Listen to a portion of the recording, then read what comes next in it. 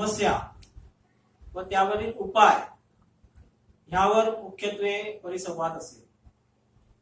या परिसंवादाचे अध्यक्षीय स्थान श्री संजयजी ढवळीकर जे गोवन वार्ताचे संपादक आहे ते करणार आहे। यात अनेक क्षेत्रावर मान्यवर तिथं बोलतील। शिक्षण क्षेत्रावर सन्माननीय श्री मनोहरजी सावयकर जे आपले असिस्टंट डायरेक्टर आहेत एज्युकेशन डिपार्टमेंटचे ते बोलणार आहे।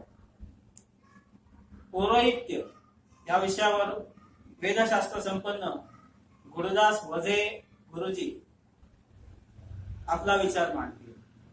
शेती आणि बागायती या विषयावर आपल्याच भागातले श्री अशोकजी जोशी आपला विषय मांडतील।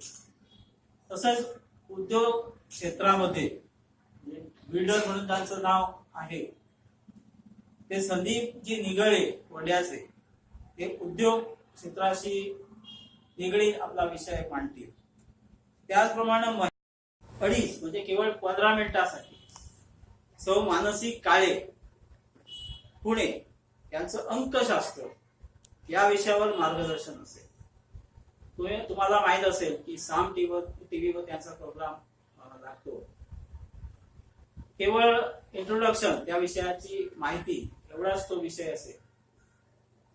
पुन्हा 2:30 ते 3:30 ह्या वेळेमध्ये अनेक मान्यवरांचे विविध क्षेत्रामध्ये ज्यांनी काम केलेलं आहे आणि त्यांचं नाव आहे अशांचा सत्कार होईल।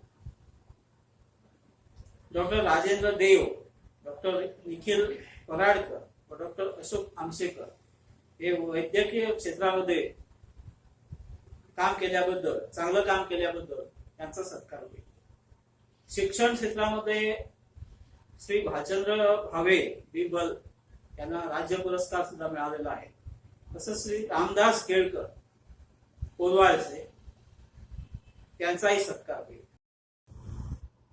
खरं म्हणजे महामेळावा आयोजन म्हटल्यानंतर वेगवेगळ्या ज्ञातीचे महामेळावे होतात आणि प्रत्येकाला वाटतं की आपल्या ज्ञातीचं एकत्रित करून काहीतरी डिमांड असतील किंवा काहीतरी मागतील, पण खरं तर हा एकमेव उद्देश असा नसतो। आम्ही जो महामेळावा आयोजित करतो तो एकूणच देशाचा विकास आणि त्याच्यासाठी ब्राह्मणाने एकत्र येणं, त्याच्यासाठी देशाच्या विकासासाठी काय करणं आवश्यक आहे हे एकत्र बसून विचार करण्याची पण गरज असते आणि त्याच्यासाठी मुख्यत्वे करून या महामेळाव्याचे आयोजन करण्यात आले आहे।